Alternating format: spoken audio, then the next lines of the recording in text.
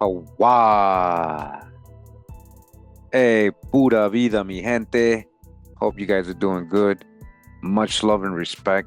Thanks for tuning in once again. Appreciate you guys making the time to go ahead and watch the video and learn with me, read along with me. We're going to go over a book we've been going over. Great book.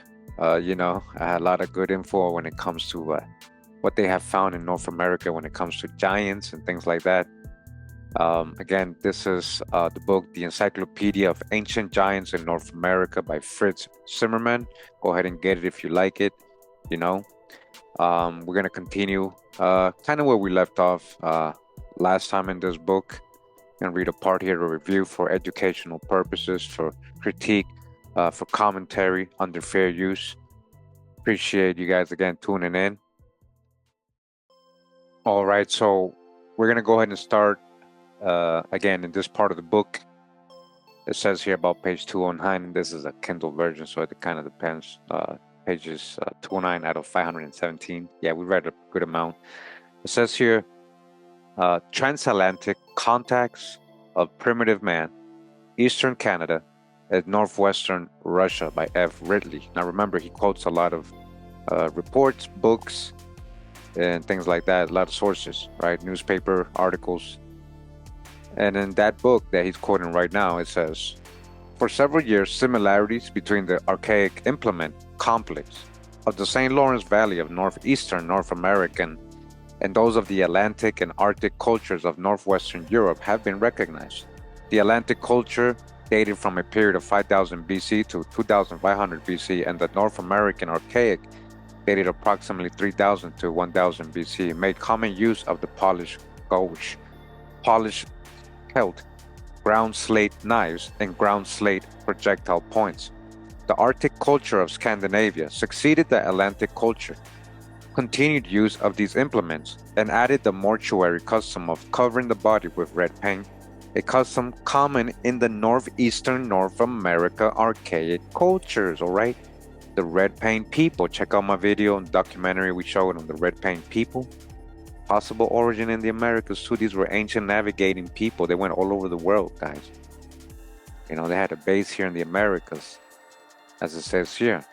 A custom common in the northeastern North American archaic cultures, meaning old, and the old cultures, right? So under this, it says here, these primitive skulls were determined to be of the same origin.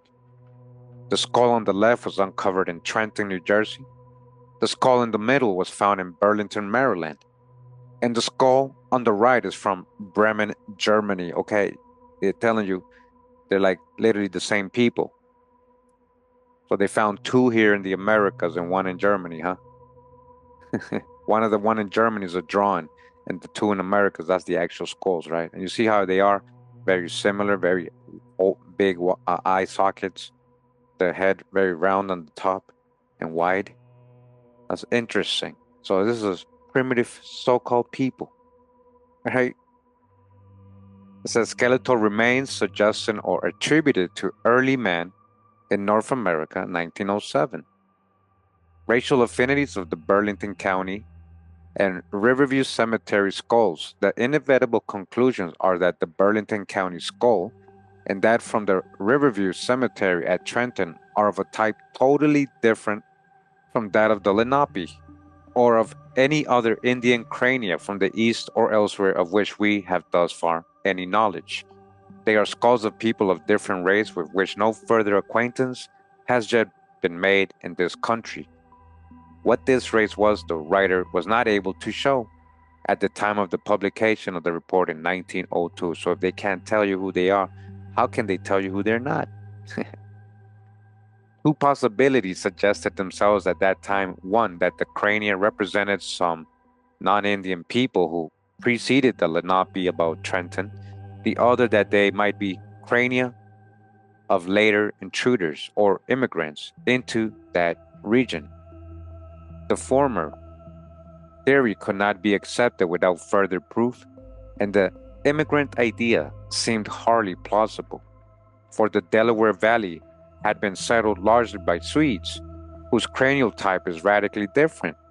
On the whole, there are very few localities known in Europe or elsewhere where normally very low skulls had been observed. The foregoing accounts, which do not seem to have been followed by any additional observations of importance on similar material, established the presence in parts of northwestern Germany and Holland in or up to recent times of a cranial type characterized by precisely the feature which renders so extraordinarily the skulls from Burlington County and Riverview Cemetery, okay? Just like the ones in America they're trying to tell you guys. Namely, very low height. Very low height, huh? Short people, the cephalic index and the capacity of the European Hamecephals show a wide range, which easily includes the same characteristics of the Trenton specimens. The facial measurements are lacking in the German reports, but Gildemeister speaks of a narrow face, a feature marked also in the two skulls from New Jersey, and one of the latter, it will be remembered, shows a trace of basal depressions, such as noticed in a more pronounced degree in some of Virchow's low crania.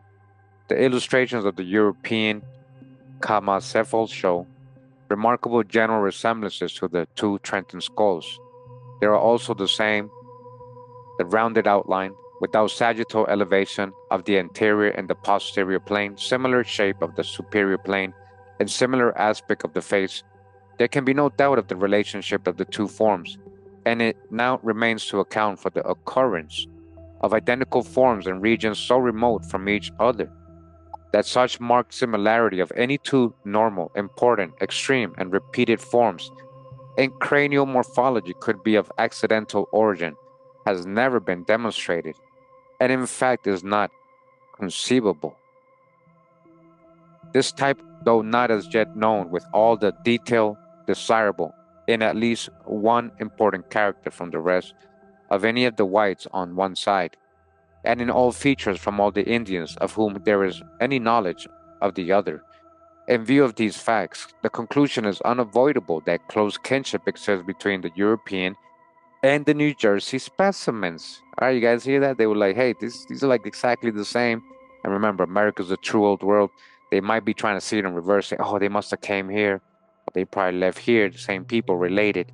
Who are those people with these different types of skulls? Huh? Who are they?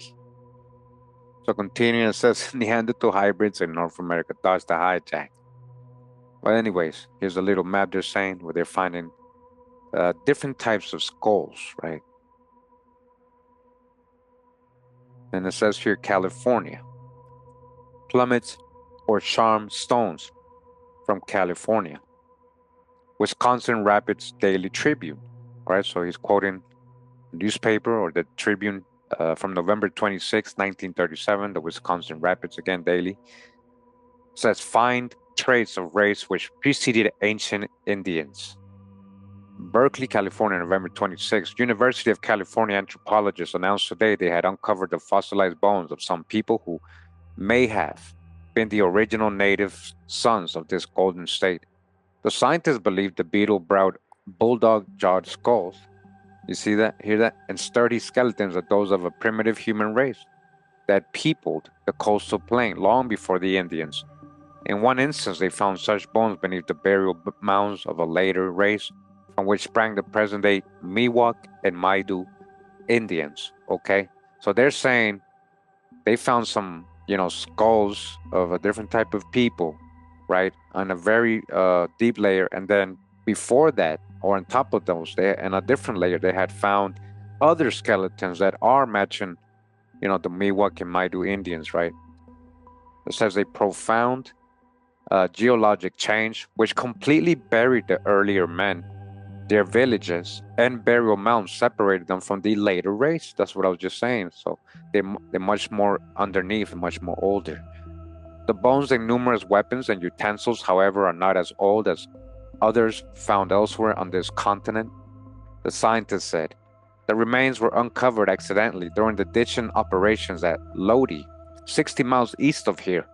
Sacramento Junior College anthropologists declined to estimate the age of the bones, but said they were thousands of years old. Artifacts in the mounds included charmed stones of abalone shells, numerous quartz crystals, and aschaltum objects, some creations resembling slate pencils, shell beads, barbless bone points, points shipped from stone and stone grinding mortars. All right. So again, reading that kind of report, they I guess calling it a Neanderthal hybrid, but as I'm reading that, you know, I don't know what they're, anything to say this was, I guess they're saying the beetle browed, like the brow, sticking out, but nothing really to say, oh yeah, that's a Neanderthal, it could be something else, right? Continuing, it says here, Santa Barbara skulls, how old? All right, so you might have noticed this on the thumbnail. It says here from the Decatur Weekly Republican, April 9, 1923. New link in man history is found on West Coast. Santa Barbara Mound yield remains of people older than Neanderthal. Older than Neanderthal. So before Neanderthals, okay? Before Neanderthals. So real quick, just want to show you, I found a lot of newspapers talking about this discovery using the same image, probably just copying each other's from the 1920s or 1924, as you guys can see. Just to go into the first one here, January 3rd, 1924, Chester, Nebraska Herald, Santa Barbara skulls, how old? All right, there's the full image. And notice how they're almost showing a hairy man, like almost looking like a Bigfoot, right? So are they talking about Neanderthals, or could they be talking about the mythical Bigfoot skulls? How come you haven't really found Bigfoot bones, huh?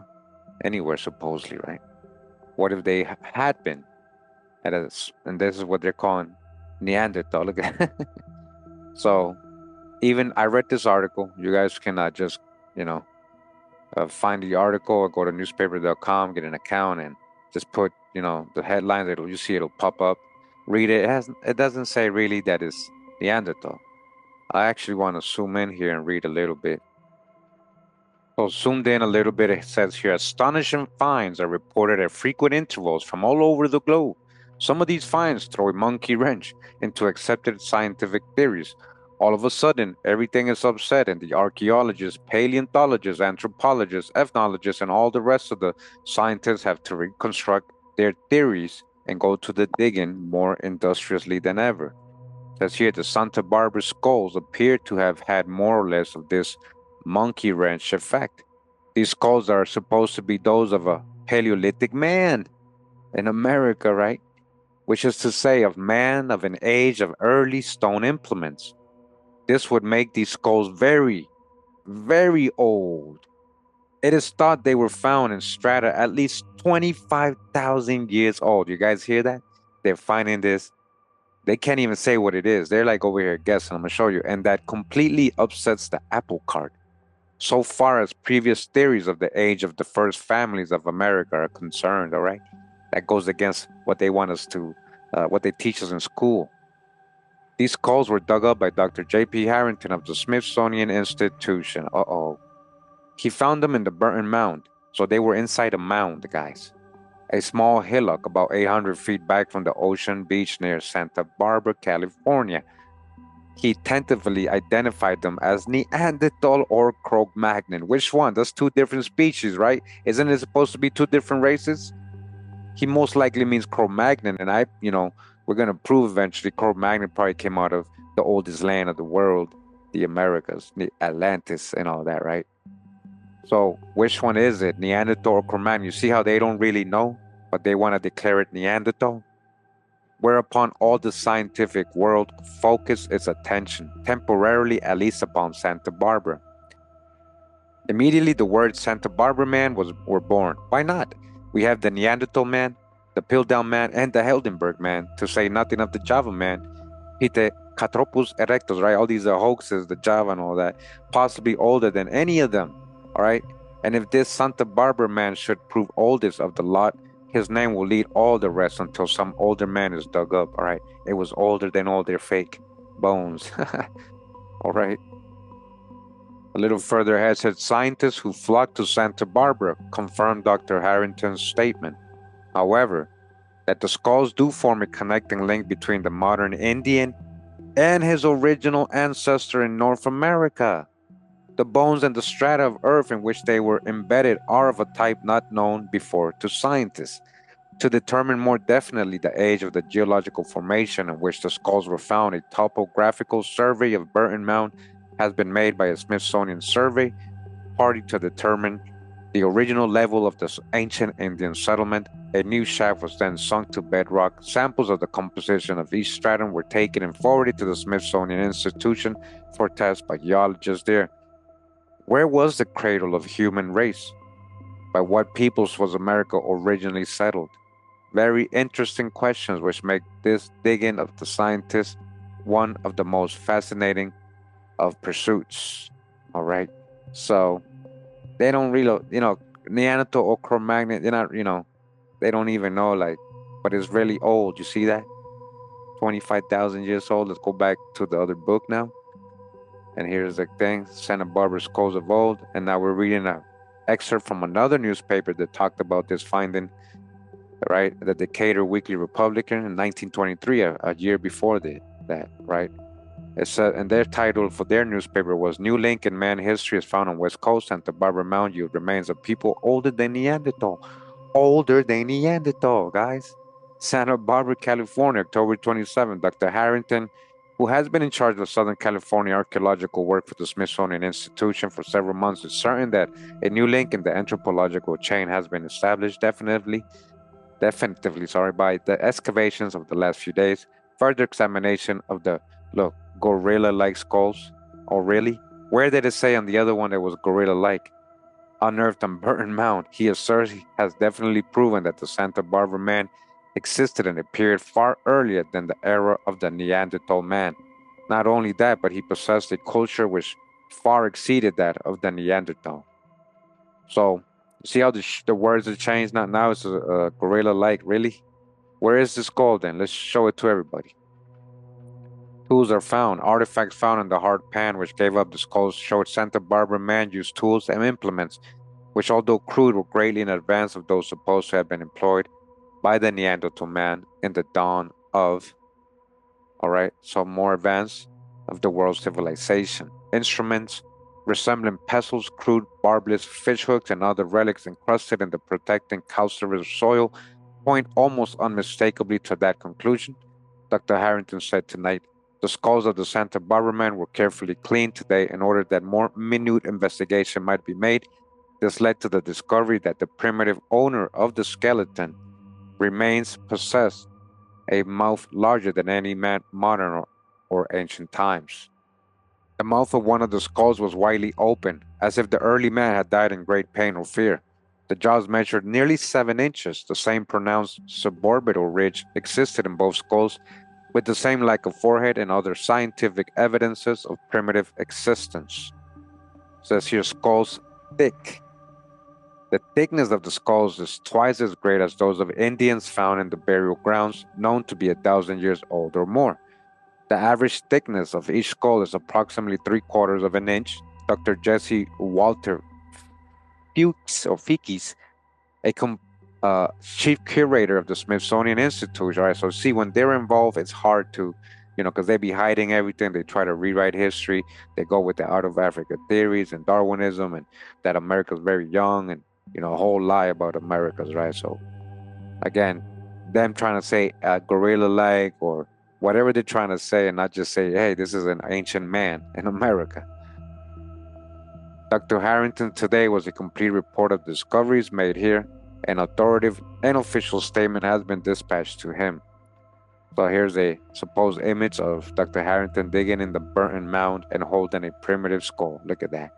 Holding a primitive skull, huh? Or are you placing them there? What's going on, Rick? Where's all this stuff? Where's all these skulls, right? Decatur Weekly Republican, April 9, 1923, and continues with the same paper, New Lincoln Men's History, right? To Santa Barbara, California, October 27. All doubt as to the greater age of the skulls of the Santa Barbara man uncovered last week as compared with Neanderthal man of Central Europe has been dispelled, all right? Has been dispelled in the minds of scientists doing excavation of the Burton Mound fronting Santa Barbara Ocean Beach, according to JP. They have been what? Dispelled. It's not Neanderthal man. Look, it has, all right? And this image shows the earliest extant picture of Santa Barbara, showing the Burton Mound in the foreground. Wow, this is from 1844. If they're talking about this on the left, that's huge. Look at the size of the ship. That's a huge ass mound. Sorry for the language. That's a huge mound. That's a huge mound. Imagine they're digging through that. So it says Washington Post, October 25th, 1923. It says find two skeletons of primitive men. Beautiful spearhead beside gorilla-like skulls in California. They're trying to make this an 8-man, guys. Santa Barbara, California, October 24th. Excavators representing the Smithsonian Institution today uncovered two skeletons of the Burton Mound. So they're talking about the same thing, which the human records far back beyond the dawn of history on this continent, in the opinion of J.P. Harrington in charge of the excavation. The skeletons were about 4 feet below the ancient ground surface. The bones of the bodies were all but disintegrated, but the skulls were well preserved. These show a type of man almost of gorilla order. Dodge the hijack. The faces were long and the jaws massive, while the skull bones were most massive. The ridges over the brows are projected and the forehead slants backwards. Besides the first skeleton of a beautiful black obsidian spearhead 4.5 inches long. Experts said the bones were those of a race long antedating native tribes in the vicinity when the Spaniards came. They were on hard pan formation and the soil layers above show no signs of disturbance. All right. So, right, we have to supposedly go with what the newspapers are saying based on what J.P. Harrington from the Smithsonian is telling them, right? And he's authority because he's from the Smithsonian, right? The Smithsonian, same people who hide all these giant skeletons, right? So, gorilla-like with projecting brows, right? What if this is a Bigfoot, guys? Like, what if these are Bigfoot? So what if, there's a theory of that maybe like people that lived 1,000 years old, these ancient antediluvian people, that their bones will become thicker and stuff like that. I know I heard people say that. Now, I'm not trying to discredit anything right here, but if this is so, if this is a so-called 8-man they found in America, why didn't they accept this? Why wasn't this officially accepted? And wouldn't this help with their missing link theories?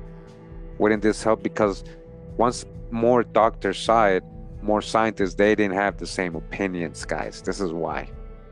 They didn't take this too serious when they're talking about gorilla-like. And of course, because it's 25,000 years old, it can't even be put into mainstream, because then that would prove that humans were in America long before they said that they were. All right, so pretty interesting, right? Again, history or myth. We're reading these reports. We're gonna dodge the hijack when we hear it, and we're gonna pull out the babies like always, right?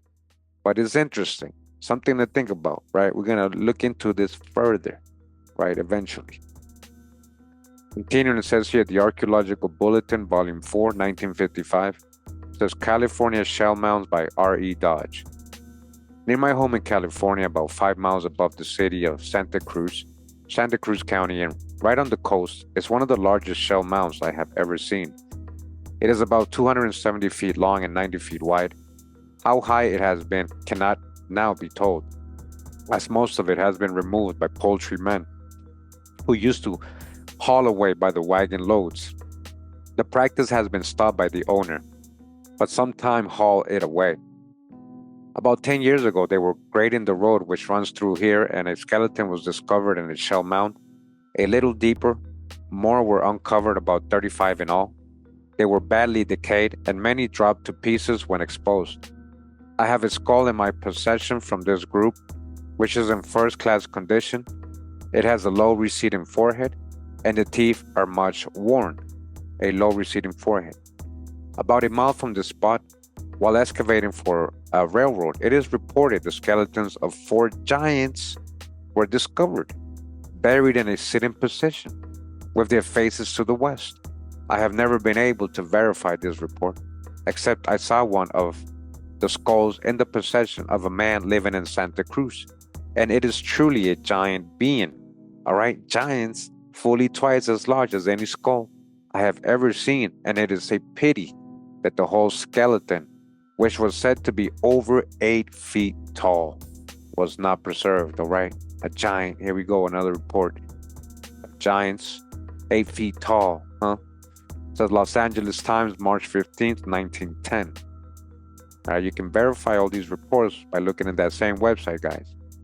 It says last week, explorers found what is believed to be the skeletons of 2 persons who belonged to a race that inhabited El Dorado County even before the advent of the Indians, who were here when the first European men came.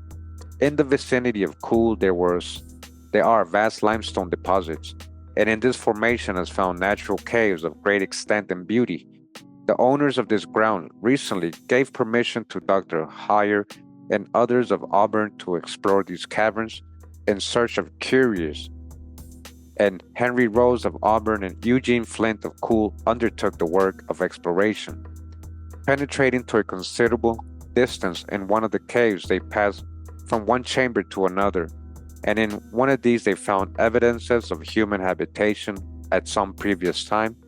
The remnants of 2 skeletons we found with low-browed skulls and massive jaws, entirely different from those of the present European race or Indians who inhabited California for ages before the discovery of gold.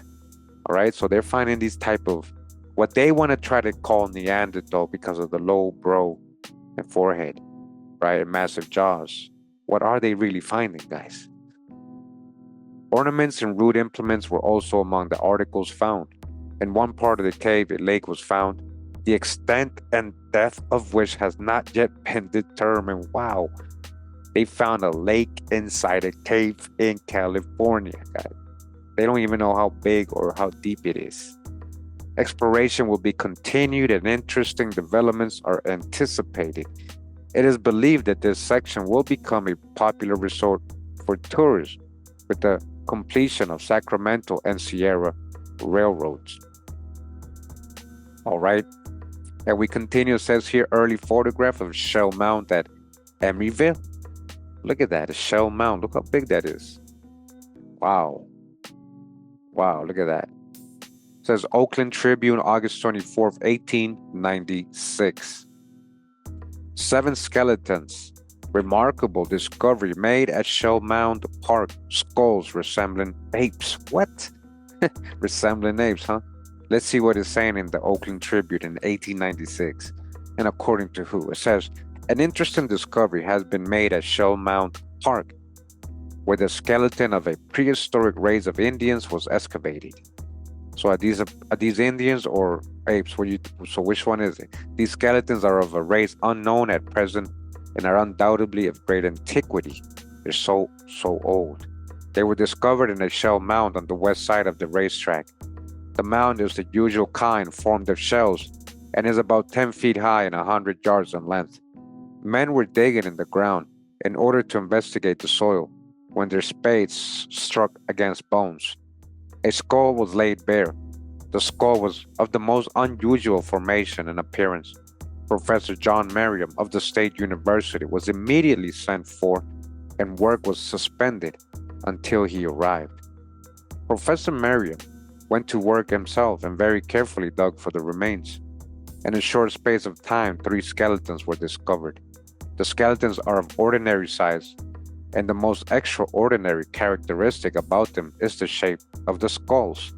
They are more like the skulls of apes than human beings and present a type of unusually degraded and depraved race of Indians. See, so they're still saying it's human though, guys. There is little or no forehead, and the lower part of the skull is shaped like an ape's. So, what are they finding here? This is interesting. Like, what is this? And if these are apes, why didn't they make this public to fit their whole out of Africa Darwinism, out of, evolutionary theories, right? Or what if these were Bigfoots or some type of other things they're finding here? Professor Merriam declares he has never seen any skulls like these, although they bear a strong resemblance to the heads of the Flathead Indians, former residents of the more northern coast. The skeletons are undoubtedly of great antiquity, as a carefully study shows as a careful study shows that they have laid beneath the mounds for many hundreds of years. The mound itself is formed like other shell mounds. The peculiar race of Indians who lived along the coast, camping on the very shore of the ocean, existed principally on shellfish. As soon as they devoured the fishes, they probably threw the shells beside their campfire. As time went by, these piles grew into small mounds of various lengths, right? Huge. The mound recently excavated, at least 10 feet in height, and at one time probably stood close to the waves of the ocean. That the skeletons were there before the mound was built is proved upon examination. The remains were found below the skulls and beneath strata of ashes. The ashes were undisturbed and formed a 2-inch covering over the bones. The question now arises, how the ashes came there? The bodies were probably placed 2 or 3 inches below the surface and a covering of ashes above them as an additional protection from the air. Or it may have been that the ashes were thrown there in an entirely accidental manner as the result of a campfire. The fact that the ashes were there, however, proves that the relics are ancient. 7 or 8 skeletons have been taken out, but they are badly broken condition. They are in the possession of Professor Merriam. All right. So where are they today so we can all look at them? All right. All the experts, right? And then continue here. It says artisans and artifacts of vanished races, 1950. Bones show giant man years ago. Remains found in California believed to date before the mound builders. Giant man, huh? Says man working under the personal direction of Frank S. Daggard, director of the Museum of History, Science, and Art, are excavating on La Brea Ranch and have discovered what they have been searching for, the bones of a man. Several bones resembling those of a huge man have been dug up from the clay, all right, a huge man, from the clay beds and are carefully guarded until all parts of the skeleton have been found. If as hope the find is genuine, it will startle scientists throughout the world and will prove that America, long regarded as a continent barren of humanity prior to the age of mound builders, was peoples with a race of thousands of years before these builders appeared, all right? America, the true old world. There is little doubt, said one man who is familiar with the work, that the bones are those of a man. The question to be determined is how long ago he walked on the earth, all right? That is a man, not an ape, all right? We're talking about a giant, huge, talking about very, very long, long ago, all right? When did he walk the earth? This must be disclosed by geologists. The formation of the bones indicates that they are not those of primitive man, as it is possible that he was once a race who inhabited this land in the Pliocene age. All right, Pliocene man in America, guys. Just Google Pliocene age, you'll see the years, how long ago that was. Anthropologists of the University of California will, it is believed, regard the discovery as further proof of their contention that North America and Europe were once joined together and that the backbone of this peninsula is the Aleutian Islands. Scientists believe that the two-toed horses, remains of which have been found in Nevada, made their way across the neck of land from Western Europe. All right, dodge the hijack. You see how they don't know? You see how these reports, we gotta dodge the hijack because the horses, right? Horses originated in the Americas. So he's seen it in reverse, you see? So a lot of bias going into these writings and reports. Horses originated in America, guys. They went from here to Western Europe. If the bones now being taken from La Brea's pit bear close resemblance to the fossil remains of the early races of Europe, proof will be established that man also used the pathway between the two continents thousands of years before Columbus was born. Yeah, but we went from here over there and we navigated too, not just walked. All right. So continuing, it says here, primitive skull drawn from an actual skeleton unearthed on Catalina Island. All right, so Catalina Island, very famous for a lot of these ancient findings, giants, and all kinds of crazy stuff, right? It says here from the Boston Globe, June 25th, 1922. You guys can look this up. This is real reports. It says giants' graves in California. New race of man dug up with stone implements, unlike any others. All right, unlike any others. Some of the skeletons are those of men measuring no less than 7 feet and perhaps more. Femur bones already sent to the university measure 21 inches in length. The skeletons represent a most astonishing race of people who probably inhabited this country thousands of years ago, said Mr. Steinberger. Some of the skulls are large, with high foreheads and well rounded, while others are ape like. See? Two different types, retreating from an inch above the frontal bone, with the top of the head flat and with but small space for brain activity. The skeletons of a man who was 7 feet 8 inches tall repose below the tomb, of which the remains of 64 children were found on Catalina Island, California. All right. And it says here, we continue in Utah. The Salt Lake Tribune, September 3rd, 1933. Ancient skull cap found in Utah Lake mud. Ancient skull cap. Discovery declared of vital importance by scientists. Provo. A human skull cap found in Utah Lake this summer and now in the laboratory of the Department of Geology and Anthropology at Brigham Young University may prove to be one of the most momentous finds of recent times in the field of anthropology, according to Dr. George H. Hansen, head of the Geology and Anthropology Department at Brigham Young. This skull cap, if an authentic type of a race once living in this region, is the first evidence of ancient inhabitants of the Rocky Mountains country ever found. Finds of human skulls and bones have been unearthed in California, which anthropologists have chronicled as belonging to an age-long antedating the modern American Indian period, according to Dr. Hansen, but no evidence of any such kind until now has ever been found in the Rocky Mountain region. Continues, says here, found by youths. The skull cap was found in the mirror of Utah Lake by 3 youths, Arlo and Wayne Nuttall, sons of James Nuttall, superintendent of schools in Emory District, and Elvin Bunnell of Lakeview. Bound for a swim in the lake, the boys dwelled into the mere of a short distance for the shore, or mire, about a mile north of the mouth of the Provo River, and found the skull lying at the bottom of the mere on the hard surface of shell below. Les Bunnell, father of the Bunnell boys, a well-known collector of old Indian relics, immediately communicated with Dr. Hansen when the boys returned with the find.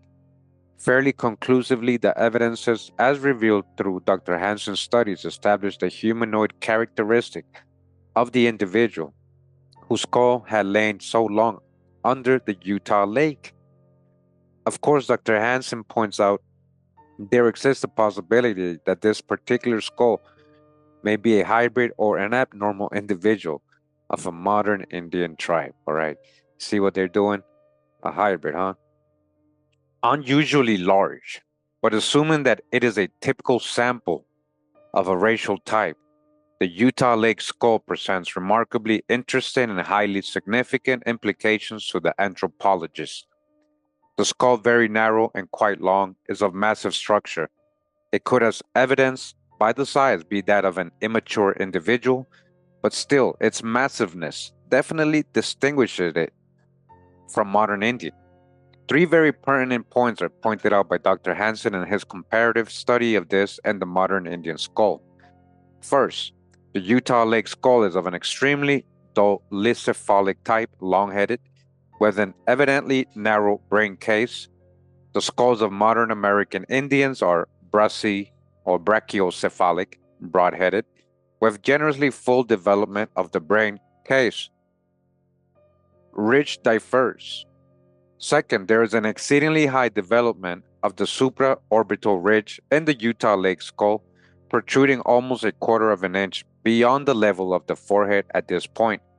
This prominence is more marked and distinctive in that it continues in an unbroken line clear across the forehead. In the modern Indian skull, a slight ridge of any prominence is rare, and none to compare with that of this recent find. Lived 3,000 years ago. The present Utah Lake find, then, if accorded the same age as the California finds, is the skull of some person living sometime either in the early Maya civilization age or late Archaic Horizon period between 3,000 and 4,000 years ago. All right, that's what they're saying. All right, and we continue. And now they're talking about Ohio, back to Ohio. It says plummets discovered in central Ohio.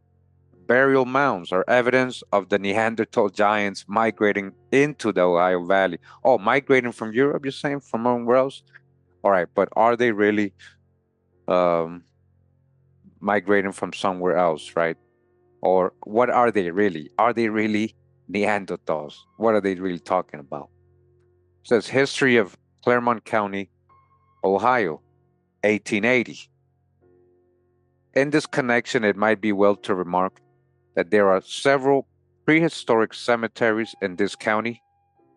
The most prominent ones are located near the Miami Township Cemetery on the Cincinnati Turnpike, on the farm of Oliver Perrin, and Union Township, and on the farm of Moses Elson, Esquire, in the same township. And all of these implements are found in connection with the skeletons.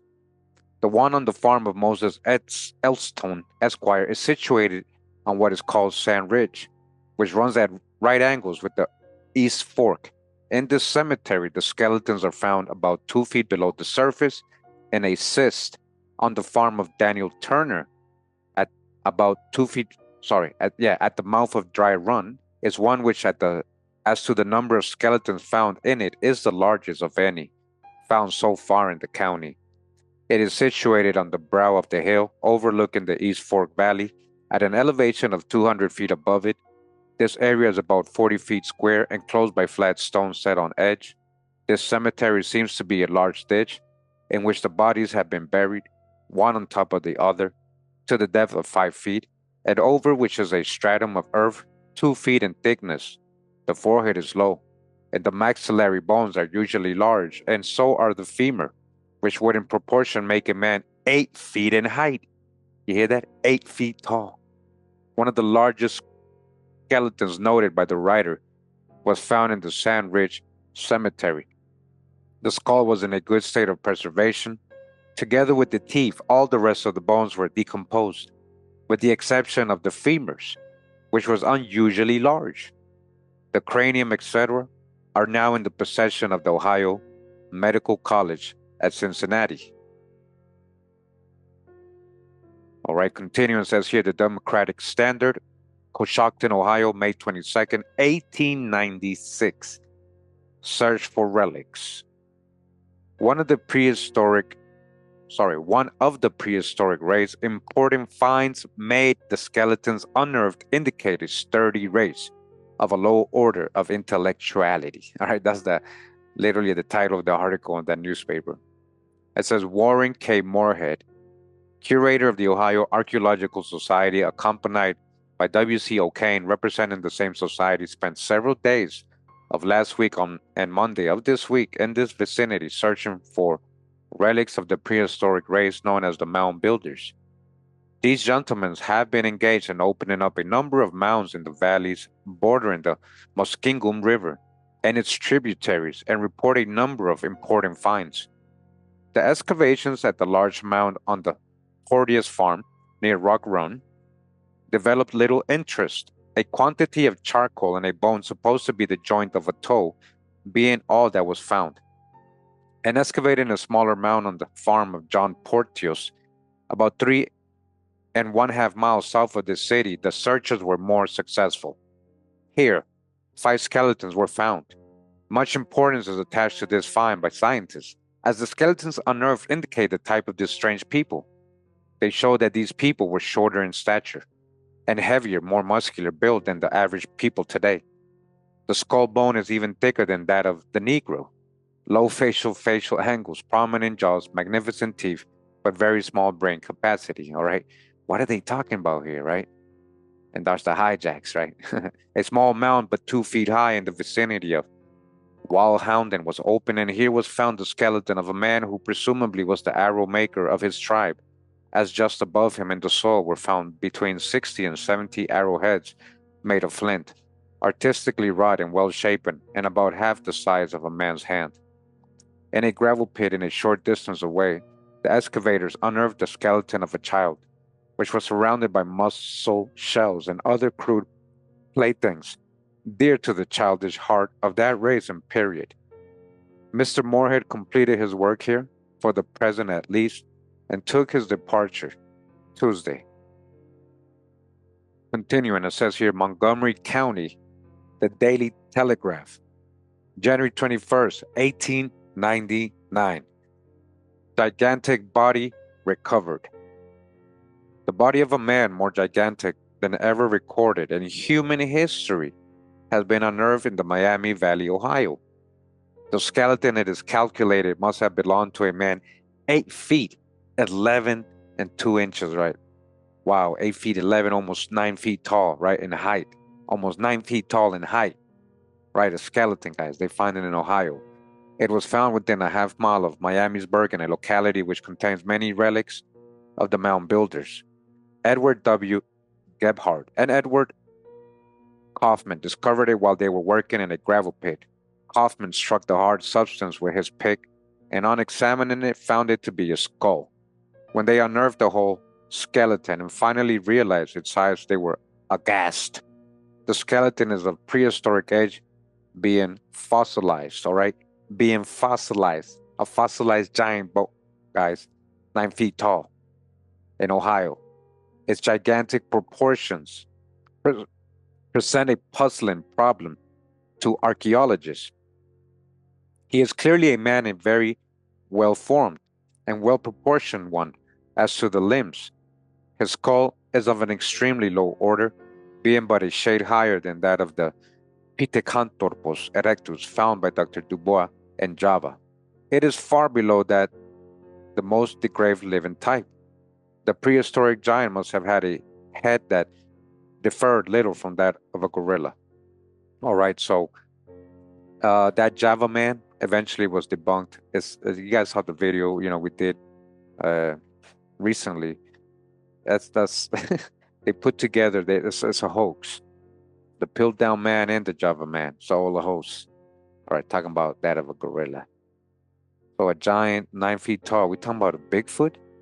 Are we talking about Bigfoot here, guys? In this picture, it says a group of 5 mounds are located on the southern end of Needles Lake in William County, Ohio. It says County of Williams, Ohio, 1905. On the south half of the northwest quarter of Section 10 in Brady Township, on the land now owned by James F. Smith, was a solitary mound of considerable magnitude. On opening it, 6 full developed skeletons were found, and one of child about 8 to 10 years of age. They were lying in a circle with their heads in the center, in close proximity to each other. Dr. Frank O. Hart of West Unity, now deceased, secured the skulls from this mound and described them in a written article as follows. They were very thick. The brow ridge is very prominent. The orbital processes are profoundly marked. Average distance between temporal ridges of frontal bone, 3.5 inches. From temporal ridge of frontal bone to occipital joint, 9 inches. Length from beginning of frontal bone to occipital joint, 12 inches. From occipital joint to foramen magnum, 3 inches. All right. And as here, image, it says skull with protruding brow from a burial mound in Clark County, Ohio. Look at that. So a skull with a protruding brow, does that mean it's ape-like? Or what really is that right there, guys? What are we looking at? It says 20th century history of Springfield and Clark County, Ohio, 1908. Mr. Altick and Mr. Cusick began excavations at the summit of the mound, where a perpendicular shaft was sunk 8 feet square and 1 foot from the surface in the black leaf mold. They found a complete skeleton lying face downward in horizontal position. However, the bones crumbled when they were lifted from the earth. They excavated another 6 inches carefully, removing the sand and gravel in order not to injure any deposit they might find. The material removed was screened so that small objects would not escape their notice. And here they came across another skeleton, lying face upward, with only 6 inches separating them. It lay in a sandy mixture and was in a better state of preservation than the first skeleton. And while due precaution was taken in removing it, the bones crumbled as they handled them. The shaft was then sunk 18 inches deeper, than 3 more skeletons were unearthed. They were in excellent condition, the bones being firm and hard, due to the greater depth at which they found them. One was the skeleton of a female, one was a child, and the other was a male of gigantic stature. As a matter of comparison, Altick held up the femur of the male skeleton by Cusick's leg, and it extended 8 inches below his knee. He is 6 feet in height. All right, so they're comparing it with a 6-footer, so it's still bigger than him. The ribs of this skeleton had petrified to a grayish slate color, but none would withstand the contact with the air. When the shaft on this mound was 3 feet deep, the 2 amateur antiquarians enlarged it by sending out a lateral to the north, and they found a skull through which an elm root had penetrated. It was an inch in diameter, and its fine roots were matted and twisted within this bony enclosure. The high cheekbones and low, receding forehead were very pronounced. The skeleton was in standing posture, while the others were all in horizontal position, and all the skeletons exhumed, the most perfectly preserved portions were the teeth. It was a peculiarity of the aborigines that their teeth were worn almost to the maxillary bones, and yet the remarkable thing about them was their excellent condition. No cavities were found. All right, they always say this about the skulls they find in the Americas. The teeth were in great shape, and yet they were the teeth of older persons, as indicated by their worn condition. Other skeletons found in this lateral were those of little children, as indicated by the size of the bones and the thickness of the skulls. Some of the bones were from persons of larger stature. At this point, the interment ranged in depth from 1.25 feet to 4 feet. All right, very interesting, right, what they're finding there. And we go on, it says here, West Virginia. So plummets or charmed stones found in West Virginia. The Daily Mail, Hagerstown, Maryland, December 3rd, 1908. Bones of giants. Mound builders had peculiar heads. Friendly, West Virginia, December 2nd. Professor E.L. Lively and J.L. Williamson have made an examination of the giant skeletons found by children playing near that town. The femur and vertebrae were found to be in a remarkable state of preservation and showed the persons to be of enormous stature. The skeletons ranged from 7 feet to 6 inches down to 6 feet 7 inches. The skulls found are of a peculiar formation. Again repeating. The forehead is low and slopes back gradually, while the back of the head is very prominent, much more so than the skulls of people today. The legs are exceedingly long and the bones unusually large.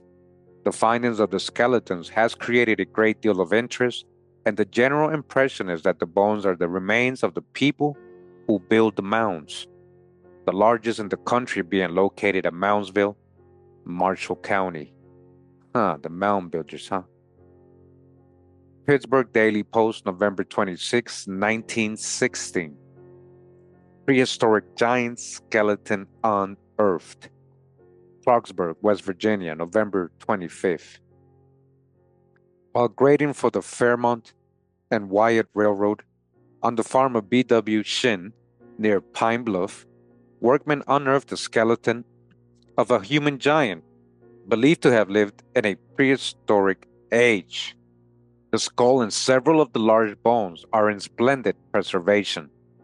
The skull is near the size of a 2-gallon bucket, with no forehead and a large underjaw. The ribs are about 3 times the size of the present day average man. One thigh bone, well preserved, measures 4.5 feet in length.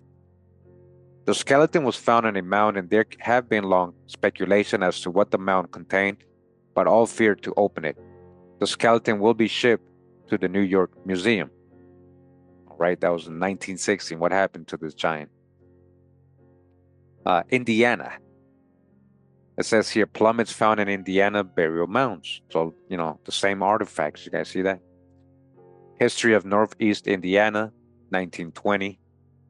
A number of years ago, M.F. Owen excavated a mound situated in a piece of woodland on the east shore of the first West Lake, on the north side of the old highway.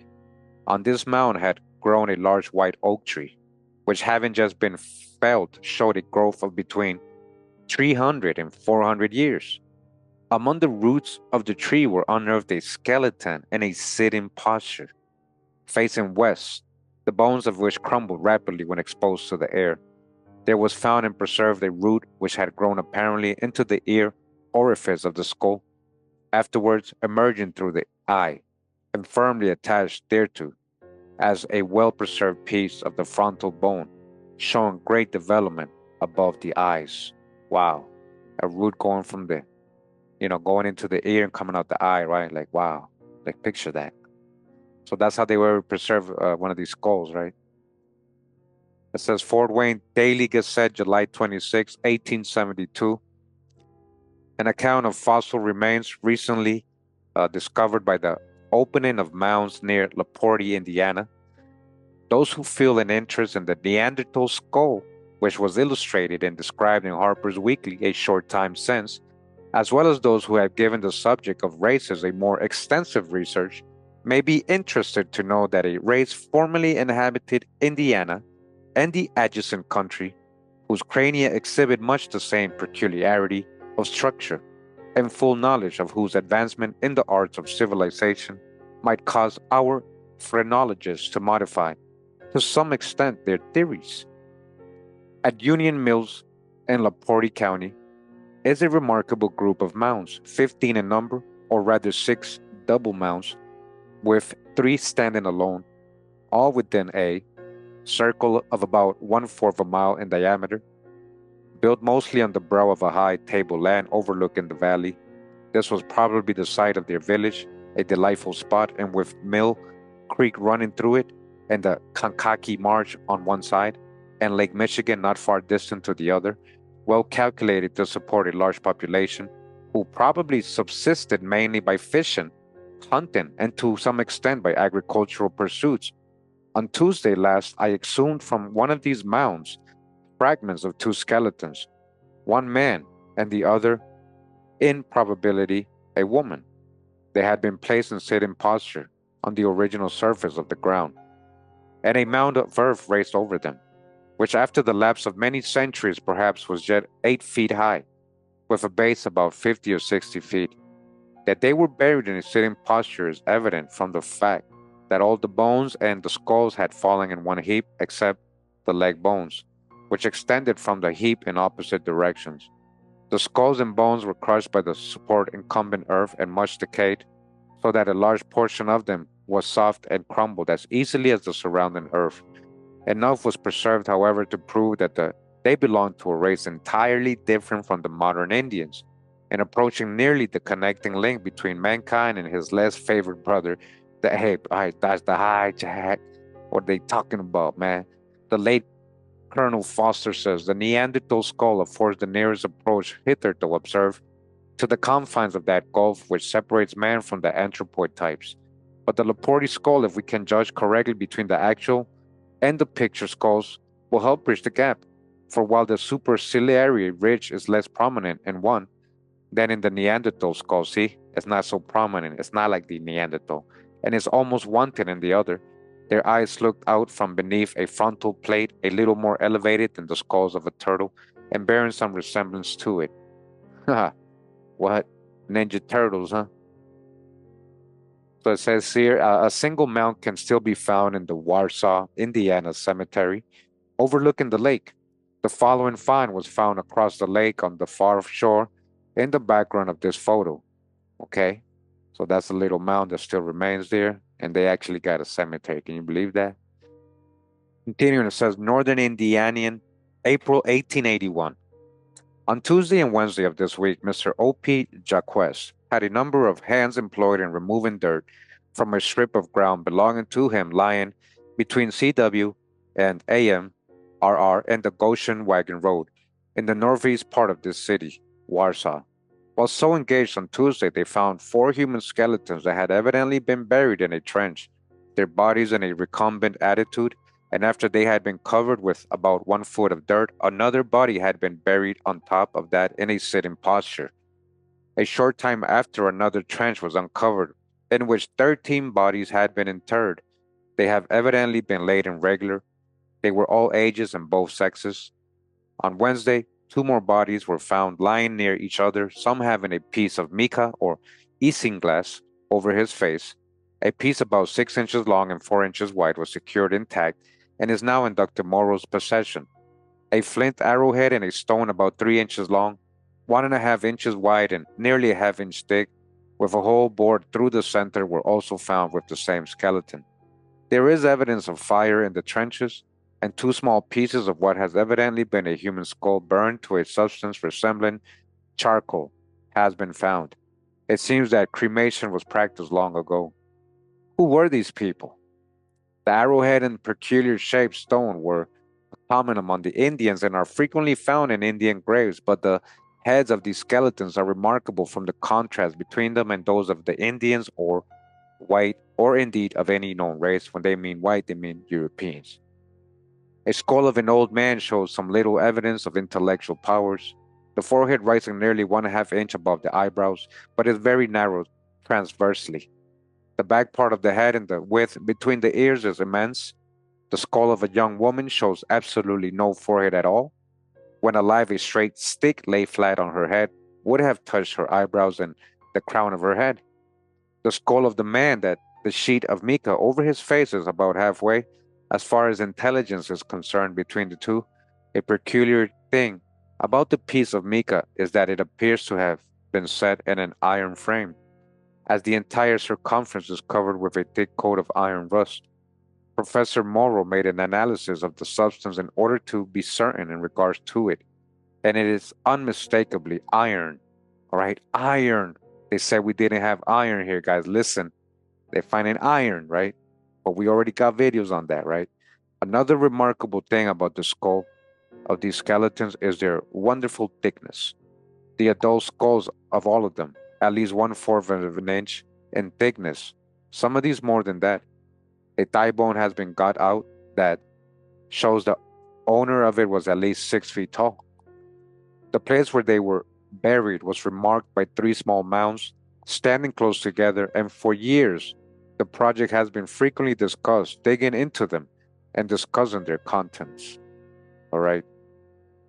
And this image says three mounds on Granite's property are still visible in Noble County, Indiana. And we continue, it says here, counties of Whitley and Noble, Indiana, 1882. A member of the historical force opened a mound in Salem Church Cemetery, Washington Township, but discovered nothing save a considerable quantity of charcoal. Mr. Denny opened two mounds on the farm of Samuel Myers, Orange Township, both containing nothing but charcoal. He also opened three more near there on the farm of Otis Granis, one of them being 8 feet in height and about 80 in diameter at the base. Three quite well preserved skeletons were taken from the mound, one of the skulls being almost an entirety and having much better frontal development than the average. All right, that's just, I guess, a report there. Indianapolis News, November 5th, 1921. Portland, Indiana, November 5th. With the passing of Twin Hills, the the object of many sightseeing trips in Jay County, and which are now being leveled for the valuable gravel that they contain. Many interesting discoveries are being made. The bones of these skeletons were found recently, and those who know something about the human race say that the skulls look as though they might be from a race of Indians or more remote races that was known to early settlers. It is the opinion of some who had given the subject some study that the Twin Hills, situated just northwest of the city, was the burial place of Chief Godfrey and his Indian followers in this vicinity. In the last few weeks, more than 25 skeletons have been unearthed. Many of the skeletons have been found in sitting postures, facing each other, and there is evidence of fire, which many believe indicates this race burned offerings to their gods. Charred bones have been found between the graves. It is believed those are animals. Some are of the opinion that the skeletons are those of the mound builders. The skeletons taken from the hills seem to differ from most of the skeletons that are being found in this part of the county. No ornaments are buried with them. Much has been found buried with other skeletons believed to be those of the Indians. In many other graves have been found stone pipes and tomahawks. O. Clayton, city engineer, has been exhibiting a skull in the streets of the city which is queer shaped. The skull was large, but not as large as many that have been found in the hills lately, he said.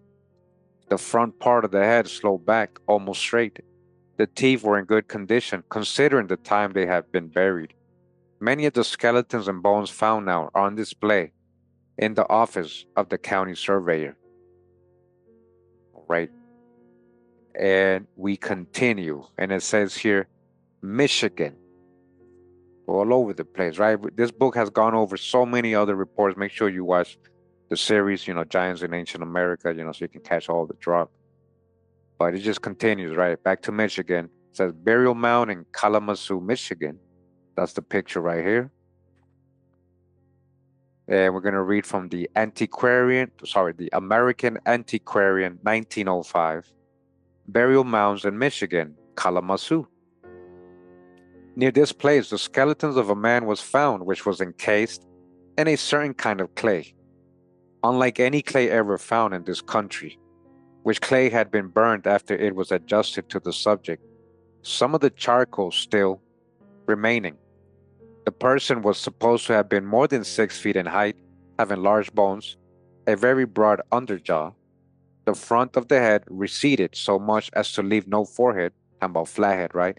A burned clay vase or urn of about 3 feet in height was found standing upright, into which the whole skeleton of a man had been compressed, the top of the urn being covered with burned clay. Resting against the outside of the urn was a similar skeleton, supposed to be that of a female. All right? So I guess they're going over like weird shaped, giant, big, thick skeletons, in this part of the book. And we continue. It says here, Wisconsin. It says 2 primitive looking skulls uncovered in Wisconsin. You see that? Primitive? That's what they call primitive. Those are modern type, though. Human, right? It says Indianapolis News, May 4th, 1912. Skeletons of strange race found in mound embedded in charcoal in southern Wisconsin resemblance to monkey. All right. These right here, if they talking about these guys, these don't look nothing to me like monkey to me. Oh, that's the hijack. So it says Madison, Wisconsin, May 3rd. The discovery of several unusual skeletons of human beings while excavating a mound at Lake Delavan this week is of great scientific interest. It may prove that a heretofore unknown race once inhabited southern Wisconsin. Information of the finds was brought to Madison today by attorney Morrissey of Delavan. Curator Charles E. Brown of the State Historical Museum will make an investigation. On opening one large mound last fall, 18 skeletons were discovered. Little attention was given the bones, which soon crumbled. When another mound was opened a few days ago, however, the excavators were impressed by the peculiar cranial characteristics. Heads are much larger. The heads, presumably those of men, are very much larger than those of present-day men. From directly over the eye sockets, the head slopes straight back, and the nasal bones protrude far above the cheekbones. The jawbones are long and pointed and bear close resemblance to those of the monkey. All right. Well, that's the hijack. If it was that picture they were showing us, right? But where are these bones so we can see them? The teeth in the front of the jaw resemble the molars in the mouths of persons today. The skeletons were embedded in the charcoal and covered with layers of bagged clay to shed water from the sepulchre. They were found from the 4 to 10 feet below the surface. The New York Times, May 4th, 1912. Strange skeletons found. Says indications that tribe hitherto unknown once lived in Wisconsin. Says Madison, Wisconsin, May 3rd. The discovery of several skeletons of human beings while excavating a mound at Lake Delavan indicates that a heretofore unknown race of men once inhabited southern Wisconsin.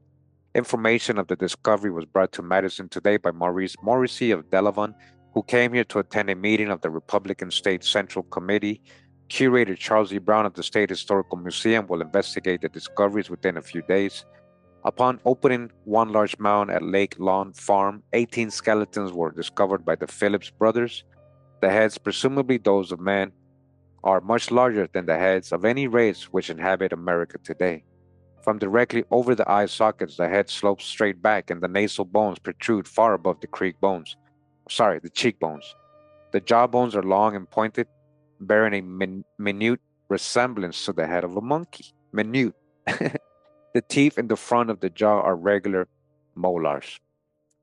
They were found in the mounds, the skeletons presumably of a woman, which had smaller heads, but were similar in facial characteristics. The skeletons were embedded in charcoal and covered over with layers of baked clay to shed the water from the sepulchre. All right. Interesting reports. It says here Minnesota. New York Times, June 30th, 1888. Skeletons of a former race. Clearwater, Minnesota, June 29th. Charles Pinkerton of the town of Cortna, 12 miles from here, and digging a cellar, came across the remains of 7 persons in a good state of preservation. They were found in a kind of mound, buried with their heads down. They were, 7 to 8 feet in height, and must have been placed there at least 200 years ago, as on top of the mound was the stump of an old elm tree, 2 foot in diameter. From the formation of the skulls, they must have been an inferior race of men. The teeth in the jawbones were mostly sound and not like the teeth of the present race of men. All right. Again, this is their opinions of what they're seeing, right? The Aborigines of Minnesota. That's a book, right? 1906. It says here, Mr. R.M. Van Devort gave information concerning the exploration of a mound of this group about the year 1885. The bones were about 3 feet from the surface and consisted of 6 skeletons, each skeleton occupying a space about 18 inches by 30 inches.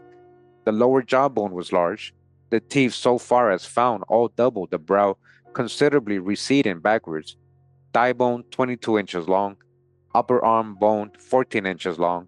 These bones were taken to Chicago by a doctor some 5 years after they were discovered. These primitive skulls were determined to be of the same origin. Primitive skulls, what are they talking about? Evening Tribune, Albert Lea, Minnesota, September 10th, 1931. Discovery leads to believe that bands of prehistoric mound builders once roamed northern Minnesota. Deer River, Minnesota, September 10th. The skeletons were discovered on the farm of Sam S. Strangeland on the Big Fork River in Grayton Township, Itasca County, when Mr. Strangelove began to dig a root cellar in a mound situated in front of his home. Digging operations of the root cellar had not progressed very far when one of the skeletons was discovered. 4 more were uncovered on the same level, and a 6th was found 3 feet deeper. All the bodies were buried in a sitting position, with legs doubled under the head bent downward. Coffins were not used.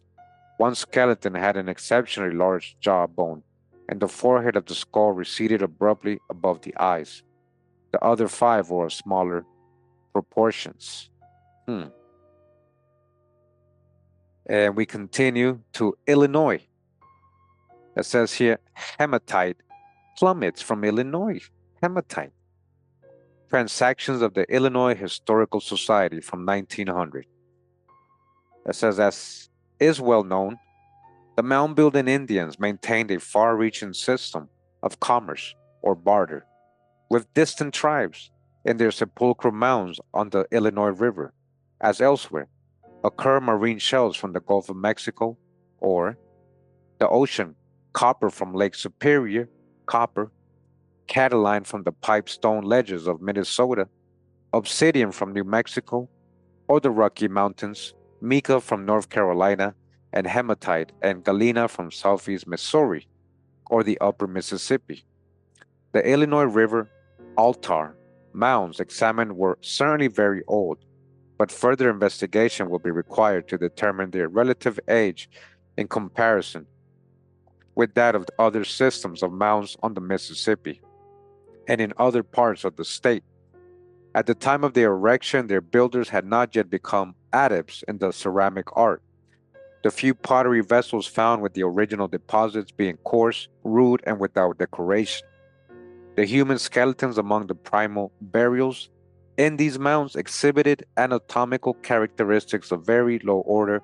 Their crania were brachycephalic, comporting in that respect with the American Indian type generally, though in the Illinois mounds, skulls of ancient Indians are met with an of ale the various forms, of an ale of the various forms, okay?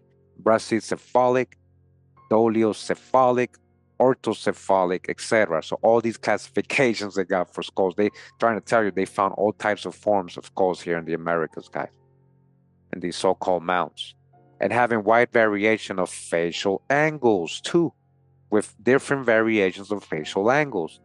The builders of these mounds had low retreating foreheads with enormous supraorbital ridges, prognathous jaws, perforations of the humerus, elongated coccyx, and platonemism of the tibia.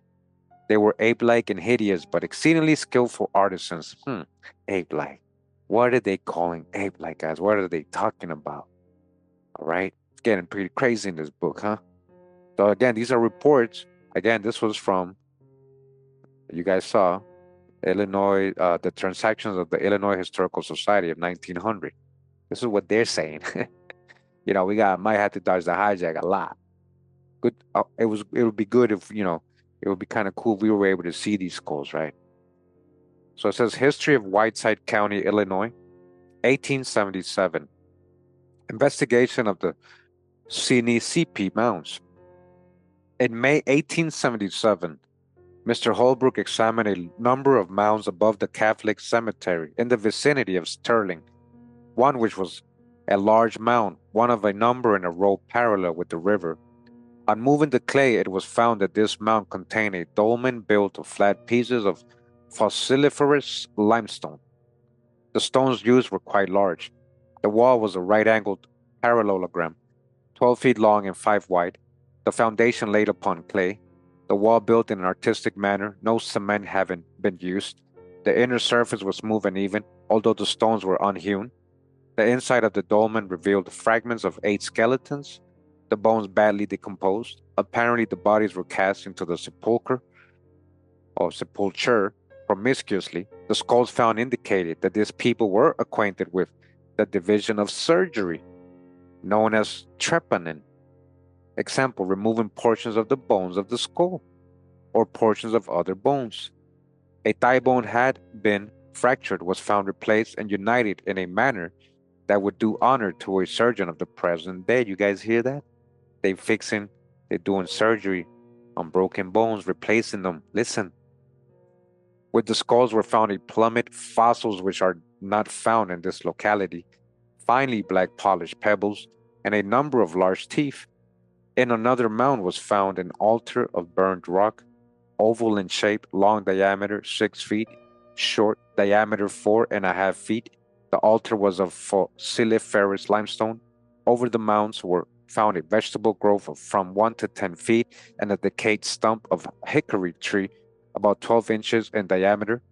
On and about the altars were usually found charcoal and charred remains of human beings, also evidence of great and continued heat.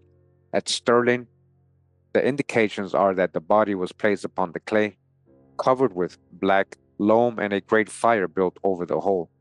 After the fire, the mound was raised. This is indicated by the thick strata of charcoal and ashes found. As a rule, the remains unearthed furnish unsatisfactory evidence. Great numbers of perfect molar teeth are exhumed, thus certifying that prehistoric man was unacquainted with the pangs of the toothache. Toothaches didn't exist in ancient America, guys. In the Sterling mounds were found stone scrapers, but very rude in design and execution. Fragments of pottery were found, also implements made from the antlers of the elk and deer. At Stirling is a work that many judges pronounce at a fortress. The two embankments are parallel, 4 rods apart, direction east and west. The south embankment has 2 gateways. The north embankment is 16 rods long and has 2 gateways. The construction indicates knowledge of the cardinal points of the compass. This people evidently had a practical acquaintance with astronomy, as the North Star appears to have been a governing point with them. The mound builders wore cloth and dressed the hides of animals, carved rude ornaments, and engraved characters upon stone, ate food from earthen dishes, and worshipped at altars erected upon high hills, just like the Israelites, in low valleys. There is abundant reason for believing that human sacrifice was common with them. That's the hijacks. Trepaned skulls or trepanned skulls are frequently met with an opening on opening mounds, evidence being presented that the operation was made prior to death. The superstition of the mound builders seems analogous to that of the South Sea Islanders and tribes of savages of the present day who trepan for vertigo, neuralgia, etc., believing that these complaints are demons in the head that should be let out. Metal was worked in an imperfect manner by the people. Galena was a prominent ornament. Mr. J.M. Williamson of Ustic says these charms are found in the northwestern part of the county. Copper was apparently the king of metals among the mound builders. Anatomically considered, the mound builders were no larger nor stronger than the men of the present day. Their skulls differ widely from the Indian or Caucasian and have been thus described. The frontal bone recedes backwards from a prominent superciliary ridge, leaving no forehead, or rather the eye looks out from under the frontal plate, very similar to a turtle shell and no more elevated. Their jaws were protruding, prominent and wide. The evidence is that the mound builders were a half-civilized agricultural people. Prominent, different from the Indians in manner and burial and habits of life. So could there have been different types of people, building mounds? Or what are they really talking about here, right? Because we know the whole book, has shown us reports of modern type humans looking just like modern humans, just a lot bigger. You've already gone over, I think, hundreds of reports on that. So this, again, chapter talking about Neanderthal. They trying to say Neanderthal, like giant Neanderthals, looking people. Is that what they're trying to say? And then what is that really, right? We continue, right? So the Daily Independent, Murphyboro, Illinois, September 27, 1930. Skeleton of prehistoric man found. Elgin, Illinois, September 21st. Says UP. Dug hunters discovered what may be the skeleton of a prehistoric man in a gravel pit in South Elgin. University of Chicago scientists will study the find and attempt to determine its age. The sharp recession of the forehead bones from the eye sockets indicate that it might be the skeleton of a primitive man. Might be. Where are all these bones so we can see them? Continue, says here, American Antiquarian, April 1878. Mr. W.B. Gray of Highland Park also mentions the discovery of a skull and a mound near Fox Lake in Lake County, Illinois. The skull is certainly very remarkable. The frontal lobe or arch seems to be entirely wanting. The large projecting eyebrows, deep-set eye sockets, the low receding forehead, and the long, narrow, and flat shape of the crown rendered it very animal-looking skull. If it was not a posthumous deformation, it certainly is a remarkable skull. It might well pass for the missing link. It was found in a mound 6 feet below the surface in a company with the 13 other skeletons. The skeletons were found lying with their heads on the center and their feet arranged in a circle around this point. Says here, Iowa. Fort Wayne Gazette, August 26, 1873. Found in Mound. Relics of an ancient race discovered in northeast Iowa. A very interesting archaeological discovery has just been made near Floyd, north of Waterloo, Iowa, on the Cedar River. For some time past, it has been known that several ancient mounds were scattered along the banks of the river, but though it had been excavated, nothing had been found except near Charles City. A few days ago, work has begun excavating the mounds at Floyd. The largest was a circular in shape, 30 feet in diameter and about 2 feet high. It was situated in a field and had been plowed over for years. After digging down about 4 feet, the bones of 5 persons were discovered. They were in a sitting posture and faced toward the north. A complete investigation showed that the original excavation had been floored with a layer of gravel upon which the remains had been placed. The earth was then packed closely around them, another layer of gravel placed above them, and the mound placed upon this. Of the remains, nearly all the bones were in a good state of preservation, even the bones of the fingers and toes being intact. The bones were evidently of 3 males and 1 female and 1 babe. One of them, the man, appears to have been over 6 feet high. The skeleton of the woman was, however, of greater interest from the fact that the skull measurements showed that she belonged to one of the lowest types of human family. And experienced archaeologists claim that in some respects the skull seems to be lower in the scale than the celebrated Neanderthal specimen. The distance from the lower portion of the nasal bone to the upper margin of the eye cavities is only 4 centimeters, and the distance between the eye sockets is only 2 3/4 centimeters. The forehead is very low, and the inner portions of the eyebrow ridges are quite prominent. One of the jaws contains several well-preserved teeth.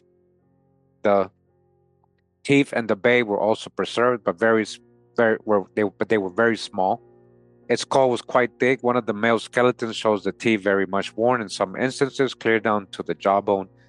The earth had been packed so closely around the skeletons that it was with considerable difficulty that it could be penetrated.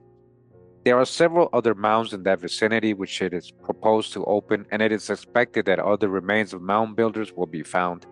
In the mounds near Charles City, which were opened last fall, remains of pottery were found with bones, but nothing of this sort was found at Floyd. So I also started remembering, guys, remember all the stories of how they said they killed some giants and buried them in the mounds. These could be the enemies, but also what exactly are they finding? Where are the bones for all this stuff? Like, where are all these bones? Wouldn't they make this public if it would prove their whole out of ape theories, like a whole evolutionary theory? Like, wouldn't they publish this? Why didn't they ever make this public? That they were supposedly missing links. What they're calling missing links. What if these bones are just something we don't understand, a type of human we don't understand? Or what if it's Bigfoot? What are they really finding? What are we talking about here? It says here, the American Naturalist, 1889. Clement L. Webster reports in brief on the exploration of ancient mounds at Floyd, Iowa. 6, the mounds were 3 in number and were situated on the west side of Cedar River. In the largest of these mounds, circular in form and about 30 feet in diameter, but only 2 feet high, were found at a depth of a little more than 5 feet from the surface, the well-preserved remains of 5 bodies. This mound showed several peculiarities, among which were a layer of earth mixed with ashes some distance above the bodies and a banking of the remaining earth above these ashes.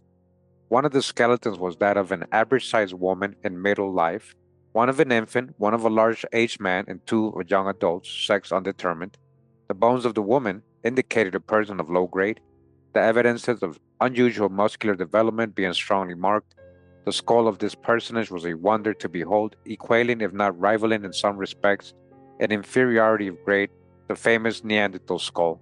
The forehead, if forehead it could be called, is very low, lower and more animal-like than in the Neanderthal specimen. This skull is quite small for an adult individual. Again, what are they really finding here? Where are these skulls today? Continuing, says American Naturalist, 1889. Mr. Webster reports on excavations in the mounds near Old Chickasaw, Iowa, on the west side of Little Cedar River. All these mounds were circular with oval tops and with a diameter varying from 22 to 51 feet and a height of from 1 to 5 feet. In the center of first mound examined, 3 human skeletons were found. Above them were 1 feet of mixture of earth and ashes made very hard, with a few small pieces of charcoal scattered through it. The remaining 3 feet of material composing the mound was a yellow clayey soil, unlike anything found on the surface in the vicinity.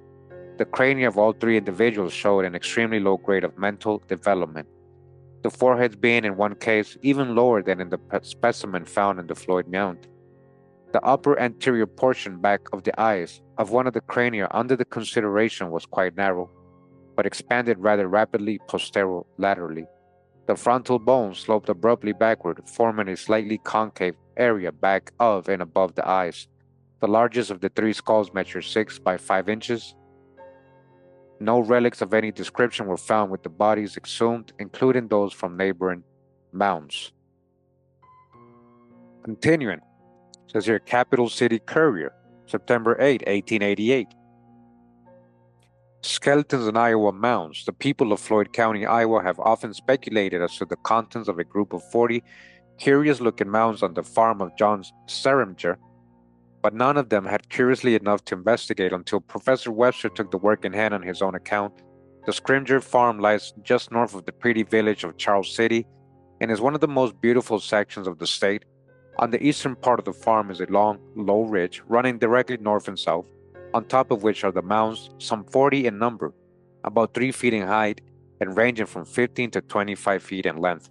Thus far, Professor Webster has opened 14 of these mounds and found the skeletons of 30 people. He thinks of a different traits from any of the prehistoric remains yet unearthed in this country. Just how long the ridge and the mounds have been there, Mr. Scrimgers can't say.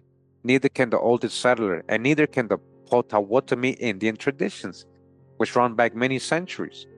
That both ridge and mound was built by human hands is plain from the mathematical regularity with which they are arranged and the hardness of the soil composing them, which is packed firm like a stone, while that of the virgin prairie in the neighborhood. The skeletons found by Professor Webster are in various stages of preservation, some quite solid and others crumbling to dust, while in one mound there was nothing but a bed of ashes. All the dead had been buried in a doubled up position, the knees being crowded on the lower jaw, and the head of each carefully laid toward the east. While the femur bones showed the most of the skeletons are those of people about 5 feet 7 inches tall. There are 4 of which must have been fully 7 feet tall. The skulls are those of a race of very inferior beings. The tops are abnormally thick, and the frontal bones slope abruptly back from the eyes, while the lower jaws protrude, forming so that the upper teeth come outside the upper ones. In general contour, the skulls resemble those of the prehistoric mound builders found in Indiana, Ohio, and Wisconsin. Most of the skeletons found by Professor Webster show marks of fire, as if the flesh had been burned from the bones before burial. Another strange thing is the entire absence of anything like personal trinkets or implements of war or of the chase, as are generally found in eastern mounds. The bones of animals showing that the friends of the deceased had celebrated their interment with funeral feasts are also missing. The only thing thus far unearthed in the Iowa mounds, aside from the skeleton, is a lot of broken pottery of crude design and a make including one nearly whole vase or urn of archaic workmanship, which Professor Webster now has. History of Iowa, from the earliest times to the beginning of the 20th century, 1902. What sort of people were the first inhabitants of Iowa? Is a question that must ever be of interest. It is generally believed by archaeologists that remains of 2 distinct prehistoric races have been found in the valley of the Mississippi. The first human skulls discovered resembled those of the gorilla, You guys hear this, man? I've never heard of this stuff before, guys. We gotta definitely follow up into all of these. You know, what are they really talking about, and why was this hidden? If so, if this is true, why wouldn't this go with their evolutionary theory? Wouldn't they want to prove this so much, indicating a low degree of intelligence? So just because it doesn't have a forehead, like this is what they're basing the gorilla thing. Look, the the ridge, a little thick ridge, right? The bow ridge, a little thick, and the forehead leaning back a little bit. That's what this whole time they've been saying is like gorilla or ape like. Similar skulls have been found throughout the different countries of Europe, indicating that the first inhabitants of the earth, known to ethnologists, were low browed, brute like, small bodied beings who were but a grade above the lower animals. That's the hijack. Skulls of this type have been found in Illinois, Wisconsin, as well as in Johnson, Floyd, Chickasaw, and Dubuque counties of Iowa. The first inhabitants of Iowa and the Mississippi Valley, of which we have any evidence, are called the mound builders. Stone and copper implements found indicate that they had made progress in the scale of intelligence. Whether they cultivated the soil, erected comfortable dwellings, and built towns is not known, but that they made cloth is proven by samples found in mounds, strangely preserved through the innumerable ages that have elapsed. The numbers, color, habits, customs, and forms of government of these people, as well as the manner in which their mounds were constructed, the purpose for which these enduring earthworks of various forms. Okay, so we're gonna end it here, guys. All right, for today. This chapter continues, right? So we're gonna come back to it. It goes on to Nebraska, as you guys can see. We're gonna get that on the next drop. So again, this was the book, The Encyclopedia of Ancient Giants in North America by Fritz Zimmerman. And again, I wanted to read. I didn't want to skip no parts. A lot of people probably would have skipped all these parts, but I wanted to make sure we read, you know, thoroughly, right? The book, review it under fair use. Pull out the babies and we dodge the hijacks big time. Something to look into, right?